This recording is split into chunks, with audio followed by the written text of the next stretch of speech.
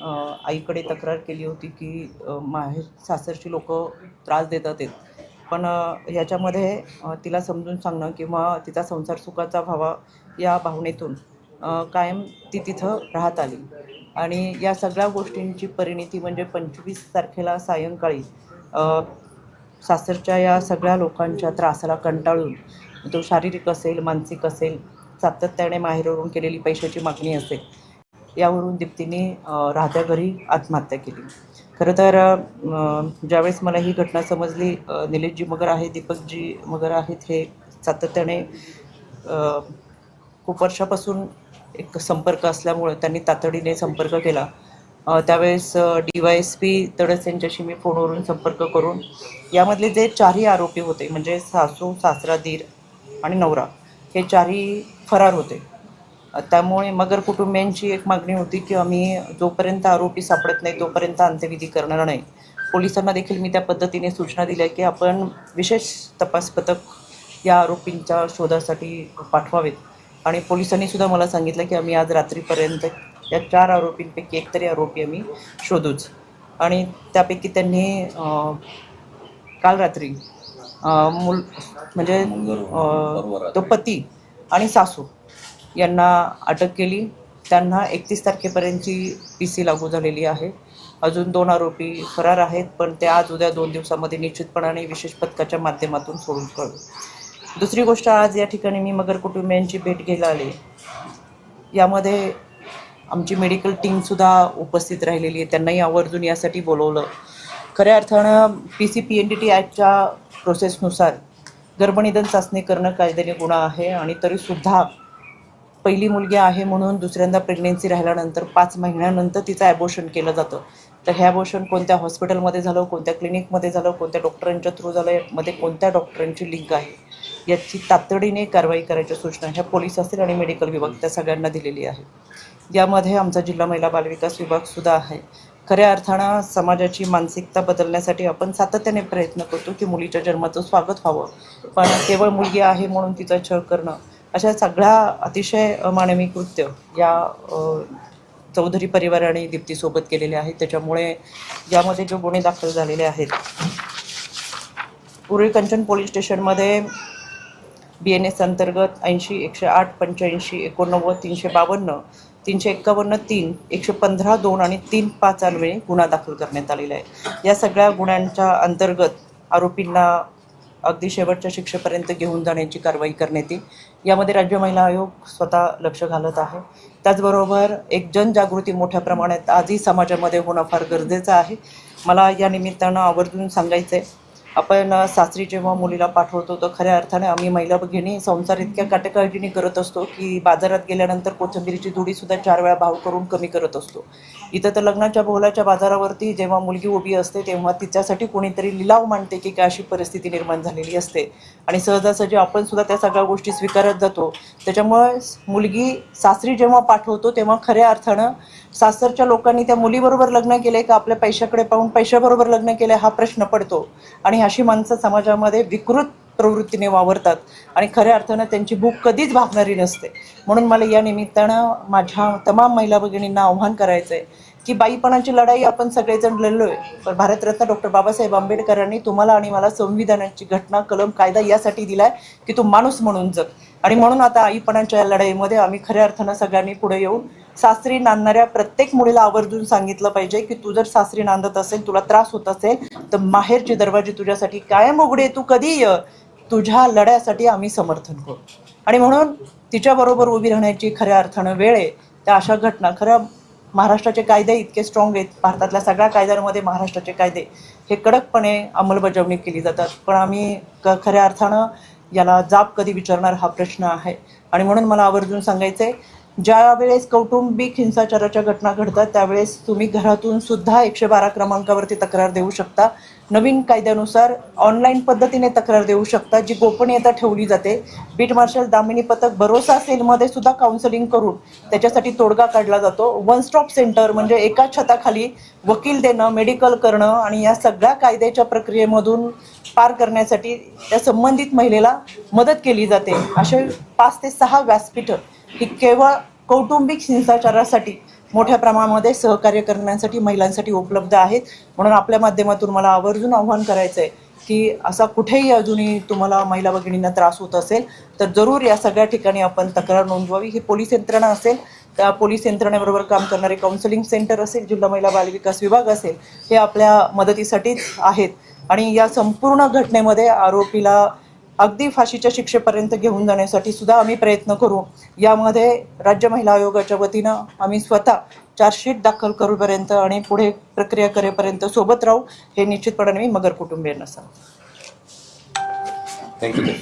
धन्यवाद. पोलिसांवर आरोप केले गेले की 5.5 तास त्यांचा गुन्हा दाखल करून घेतला गेला नाही, तर त्यात तुम्ही काही माहिती घेतली का? त्यात तुम्हाला काही तथ्य आढळलं? याच्यामध्ये खरं पोलिसांकडे मी या सगळ्या गोष्टींची चौकशी केलेली आहे, पण जो सुरुवातीचा कालावधी असतो तो डेड बॉडी हॉस्पिटलला ठेवून त्याच्यानंतर गुन्हा दाखल करणं या कालावधीमध्ये गेलेला आहे. याच्या संदर्भात सविस्तर आपल्याला DYSP तडस सर सांगते. गर्भलिंग निदान केलं, बळजबरी असाही एक मुद्दा त्यात होता, तर त्या संदर्भानं काय नेमकी तपशील तुमच्याकडे आलेले आहेत, त्यात काही तथ्य आहे?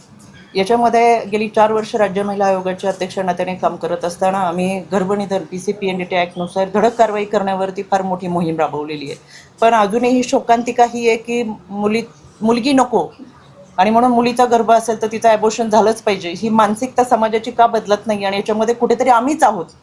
एका मुलीचा जन्म असून सुद्धा मुलगी म्हणून आम्ही जेव्हा जगतो, एक स्त्री म्हणून जगतो, एक बाई म्हणून जगतो, तरी सुद्धा एका मुलीचा जन्म आम्हाला नको असतो. त्याच्यामध्ये कुठली तरी सासू असते, कोणतरी नणंद असते, कोणीतरी आई असतं.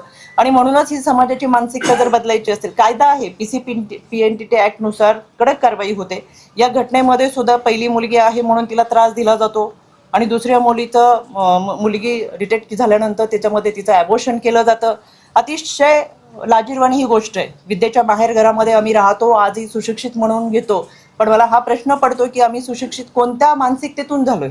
अजूनही मुलीच्या जन्माचं स्वागत करायला आम्ही नकार देतो आणि म्हणून समाजाची ही मानसिकता बदलण्यासाठी फार मोठी लढाई लढावं लागेल. हे सगळं करत असताना कायदे आहेत, आमच्यासाठी फार मोठे कलम आहेत, बाबासाहेबांनी दिलेलं संविधान आहे, पण अजून आमची मानसिकता बदलत नाहीये. म्हणून ही मानसिकता बदलण्यासाठी आता आपल्या स्वतःच्या परिवारापासून सुरुवात केली पाहिजे. मी जर केंद्रबिंदू असेल तर हा परीघ पूर्ण करण्यासाठी मला समाजाची मानसिकता बदलण्यासाठी पुढे यायला पाहिजे. हा शपथच आज आम्ही महिला भगिनी घेऊ. आणि म्हणून मला असं वाटतं की समाजाची मानसिकता, समाजामधली जनजागृती आणि खऱ्या अर्थानं मुलीच्या जन्माचं स्वागत यासाठी केवळ शासकीय पातळीवरती कार्यक्रम करून ते कार्यक्रम प्रत्येक घरापर्यंत घेऊन जाणं नाही, तर मानसिकता बदलणं फार गरजेचं आहे आणि ही बदलाची सुरुवात आपल्यापासून झाली पाहिजे. काही तुम्ही म्हणताय की दामिनी पथक आहे, हेल्पलाईन नंबर्स आहेत, पण आपण जर पाहिलं तर वैष्णवी आगवणे प्रकरणात सुद्धा अनेक अशाच गोष्टी झाल्या. चार्जशीट दाखल झालं, आरोपींना अटक झाली, याच्यातही आरोपींना अटक होईल, कोर्टाचे दरवाजे ठोठावले जातील. पण नेमका कायद्यामध्ये आपण कधी बदल करणार आहोत? कायदा कधी पारित होणार आहे? केंद्र सरकारमधनं कायदे पारित होतात, मात्र राज्य शासनाकडनं या सगळ्या बाबतीच्या शिफारसी कधी होणार आहेत? कारण आता या सगळ्या घटना ज्या आहेत त्या सातत्याने राज्यात आणि संपूर्ण ठिकाणी वाढताना दिसतात. 2 जुलै 2025 रोजी केंद्र सरकारने नवीन कायदा आणला आणि हा BNS अंतर्गत आणलेल्या 3 कायद्यांची अंमलबजावणी संपूर्ण राज्यांमध्ये होत असताना महाराष्ट्रामध्ये सुद्धा ते कायदे लागू करण्यात आले. हे लागू करत असताना ज्या पद्धतीने मी आता सांगितलं की DV केस जर होत असेल किंवा घरामध्ये कौटुंबिक हिंसाचार होत असेल तर त्या महिलेने घराच्या बाहेर सुद्धा जाऊन तक्रार दाखल करण्याची भीती वाटत असेल तर ती ऑनलाईन पद्धतीने सुद्धा तक्रार दाखल करू शकते. आणि ऑनलाईन पद्धतीने केलेल्या तक्रारीची दखल घेऊन कायदेशीररित्या पूर्ण प्रक्रिया पूर्ण करत असताना तिला संरक्षण देणं ही सगळी प्रक्रिया नवीन कायद्यामधली आहे. त्याच्यामुळे BNSच्या अंतर्गत जर आरोपी आणि त्याच्यावरचे आरोप सिद्ध होत असताना दोषारोप पत्रासहित त्याला फाशीच्या शिक्षेपर्यंत घेऊन जाण्याचे अनेक कलम यामध्ये दुरुस्त करण्यात आलेले आहेत. त्याच्यामुळे गेल्या वर्षी हे कायदे सगळे दुरुस्त झालेले आहेत. इतकंच काय, हे दुरुस्त झालेले कायद्यांची अंमलबजावणी हवी म्हणून आम्ही स्वतः या नागपूरच्या पहिल्या अधिवेशनामध्ये सर्व अधिकाऱ्यांना ट्रेनिंग दिलेलं आहे की जे नवीन कायदे आलेले आहेत BNSच्या अंतर्गत या कायद्याची अंमलबजावणी आपण कशी करावीत. त्याच्यामुळे आत्ता जे कायदे आलेले आहेत हे नवीन कायदे आहेत आणि अतिशय कडक असे हे कायदे आहेत. त्याची अंमलबजावणी ही निश्चितपणाने होईल आणि होत आहे. त्याच्यामुळे जर कुठे असं वाटत असेल, मला निश्चितपणाने अर्जदारांनाही आवर्जून सांगायचं, याच्यामध्ये जर कोणालाही असं वाटत असेल की यामध्ये पोलिसांची कुठं हलगर्जीपणा होतोय, बेफिकिरी होतोय, दुर्लक्ष होतंय, तर राज्य महिला आयोग तुमच्यासोबत आहे. ताई, तुम्ही आता परिवाराशी भेट घेतला, काय परिवाराचं म्हणणं होतं? आई बाबांशी बोललात, काय त्यांचं म्हणणं होतं? काय सासरचे लोक यांनी कधी कॉन्टॅक्ट करण्याचा प्रयत्न नाही केला का? कारण ते पदावर होत्या, सरपंच होत्या तिच्यापासून, त्यांनी कधी कॉन्टॅक्ट केलाय का आणि त्यांच्याकडे काय सांगण्यात आलं? एक भाजपच्या पदाधिकारी आहेत. बाबा सुद्धा तुम्ही सांगा की फॅमिलीनी काय कॉन्टॅक्ट? खरं तर ह्या फॅमिलीचे निलेश दादांच्या माध्यमातून आमच्या अनेक वर्षापासूनचे रिलेशन असल्यामुळे तातडीने त्यांनी जी घटना घडली ती सांगितली. यामध्ये मुलीच्या बाबांनी मान्य केले की तिने खूप वेळा आमच्याकडे तक्रार केली, पण आम्ही कधीही ती तक्रार आम्हाला पोलिसांकडे सांगावी किंवा न्याय मागावा यासाठी आम्ही प्रयत्न केला नाही, तो आम्ही करायला पाहिजे होता. खरं तर तुम्ही मानसिकता आता समजून घेते, कुठल्याही आईचं लेकरू अशा पद्धतीने जातं तेव्हा प्रचंड वेदना होतात. त्याच्यामुळे निश्चितपणाने यामध्ये मी परत एकदा आवाहन करेल की अशा घटना जेव्हा सासरी राहणारी कोणतीही लेक माहेरी येऊन जेव्हा तक्रार करत असेल किंवा माहेरी त्रास होतोय सांगत असेल, तर माझी त्या आईबाबांना विनंती राहील त्यांनी जवळच्या पोलीस स्टेशन असेल, जी मी परत सांगते, याच्यामध्ये आपण जेव्हा तक्रार दाखल करता तेव्हा ती गोपनीय राहते, ती कोणालाही समजत नाही, पण किमान तक्रार दाखल करा, त्याच्यावरती निश्चितपणाने आपल्याला तोडगा काढता. या ठिकाणी असं म्हणत आहे की राजकीय दबाव येतोय, राजकीय दबावापोटी पोलीस कारवाईमध्ये दिरंगाई करतात. सत्ताधारी आमदारांनी राजकीय दबाव त्या दिवशी कात्री टाकलेला आहे. असं काही असेल तर मी जरूर माहिती घेईल, पण मी पोलिसांना देखील विचारलं, याच्यामध्ये राजकीय दबाव हा पोलिसांवरती कोणताही नाही, कुणाचाही राजकीय फोन आलेला नाही, म्हणजे मी विचारलेल्या माहितीप्रमाणे, पण तरीसुद्धा अजून त्याच्या संदर्भात मी माहिती घेईल आणि कोणीही याच्यामध्ये राजकीय दबाव आणू शकत नाही. राज्य महिला आयोग म्हणून आम्ही हे पारदर्शकपणे त्याच्यावरती कारवाई करावी असं सूचना या पोलिसांना दिलेल्या आहेत. या सगळ्यांच्या मनात तोच प्रश्न असेल, आता अटक होईल, गुन्हे दाखल होतील, दोषारोपपत्र होईल. हगवणी प्रकरणाच्या वेळी म्हटलं गेलं की फास्ट ट्रॅक मध्ये केस चालली पाहिजे, त्याचं काय झालं आता तुम्ही सगळेजण जात, त्याचं काय स्टेटस आहे हे सुरुवातीला सांगा आणि या केसमध्ये तुम्ही त्याच्यापेक्षा वेगळं काय करणार आहात जेणेकरून हगवणे कुटुंबाला किती वर्ष किती महिने झाले तुम्ही पाहतोच आहे, ती त्यांच्या वाट्याला येणार आहे का? मला असं वाटतं की त्या केसमध्ये आरोपी सगळे अटक आहेत. या सगळ्या मध्ये इन्व्हेस्टिगेशन, तपास आणि फॉरेन्सिकचा अहवाल हे सगळे सादर होऊन कायद्याच्या चौकटीतून ही सगळी प्रक्रिया पूर्ण होत असते आणि हे प्रत्यक्षदर्शी आपण सगळेजण पाहत आहे, आपल्यालाही त्या सगळ्या गोष्टीची कल्पना आहे. याच्यामध्ये 2 आरोपींना काल अटक केलेली आहे. 2 दिवसात विशेष पथक नेमलेले आहे, ज्याच्यामध्ये उर्वरित 2 आरोपींना देखील अटक केली जाईल आणि ज्या 2 आरोपींना 31 तारखेपर्यंतची PC आहे. अनेक प्रश्न या सगळ्यांच्या मनामध्ये देखील आहेत की संबंधित म्हणजे दीप्तीचा मोबाईल असेल किंवा अजून काही तिची सुसाईड नोट कुठे आहे का, असे अनेक प्रश्न आहेत. पण ज्या नवरा आणि सासूला 31 तारखेपर्यंतची PC आहे त्यांच्याकडून सुद्धा ही सगळी माहिती घेतली जाईल आणि आता पोलीस तपास सुरू झाल्यानंतर निश्चितपणाने जे काही प्रश्न आहेत त्या सगळ्यांची प्रश्नांची उत्तरं नक्कीच मिळतील, त्याची शाश्वती आम्ही देऊ. त्यांना 2 वर्षाचं बाळ आहे, त्याच्या संदर्भात काही निर्णय घेण्यात आलाय का? त्याची कस्टडी आणि बाकी सगळ्याचं काही ठरवलंय का? कुटुंबियांनी काय सांगितलं त्याच्यामध्ये? बाळ आता कुटुंबियांकडे ते घेऊन आलेले होते, त्यांच्या नातेवाईकांनी बाळ त्यांच्याकडे दिलेलं आहे. ही हुंडाबळीची केस आहे किंवा गर्भपाताची किंवा एकूण त्या सातत्याने मुलीला त्रास दिला जातो की तिकडचे पैसे आण मी काय प्रकारे? चंद्रकांतजी, मी आता तुम्हाला सगळे डिटेल्स सांगितले, जी FIR झाली, अजूनही आपल्याला तपासामध्ये बऱ्याचशा गोष्टी समजतील.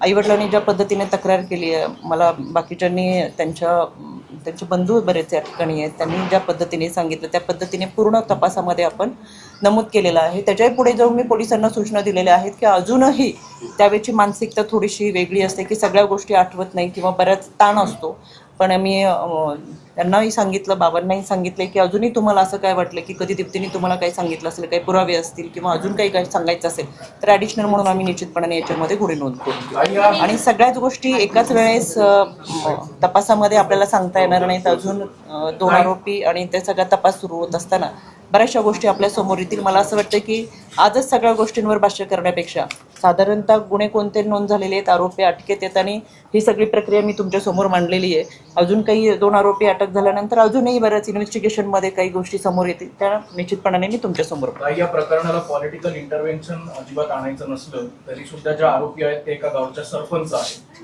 आणि सरपंचाकडनं जर असं वागणं होत असेल, तुम्ही सुद्धा एक राजकारणी आहात आणि त्यामुळे कुठेतरी या सगळ्या बाबत एक ठोस भूमिका एक पक्षाच्या नेत्या म्हणून समोरच्या आरोपी ज्या सरपंच आहेत त्यांच्यावर सुद्धा घेतली पाहिजे असं वाटतंय का?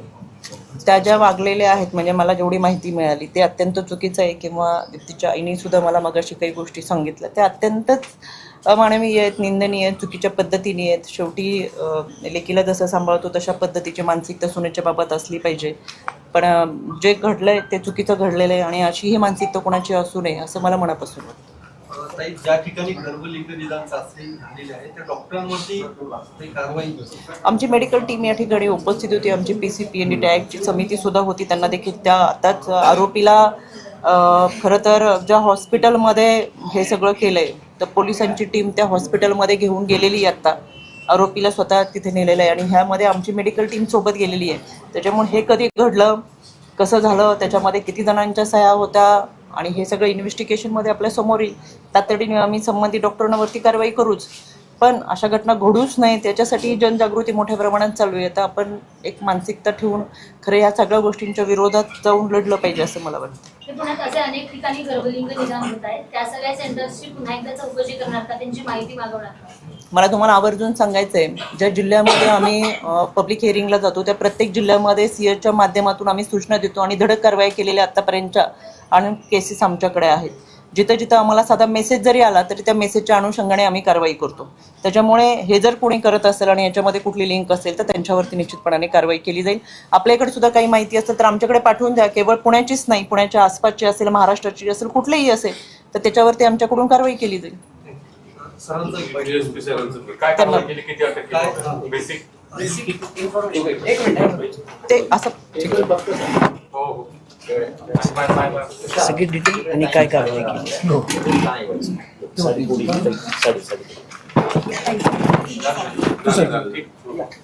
सर, उरळी कांचन पोलीस स्टेशनमध्ये एक तक्रार दाखल केली होती त्याची. काय या सगळ्या प्रकारे तुम्ही कारवाई केली आहे, कुठपर्यंत तपास आलाय, किती आरोपींवर गुन्हा दाखल आहे आणि किती आरोपी अटकेत?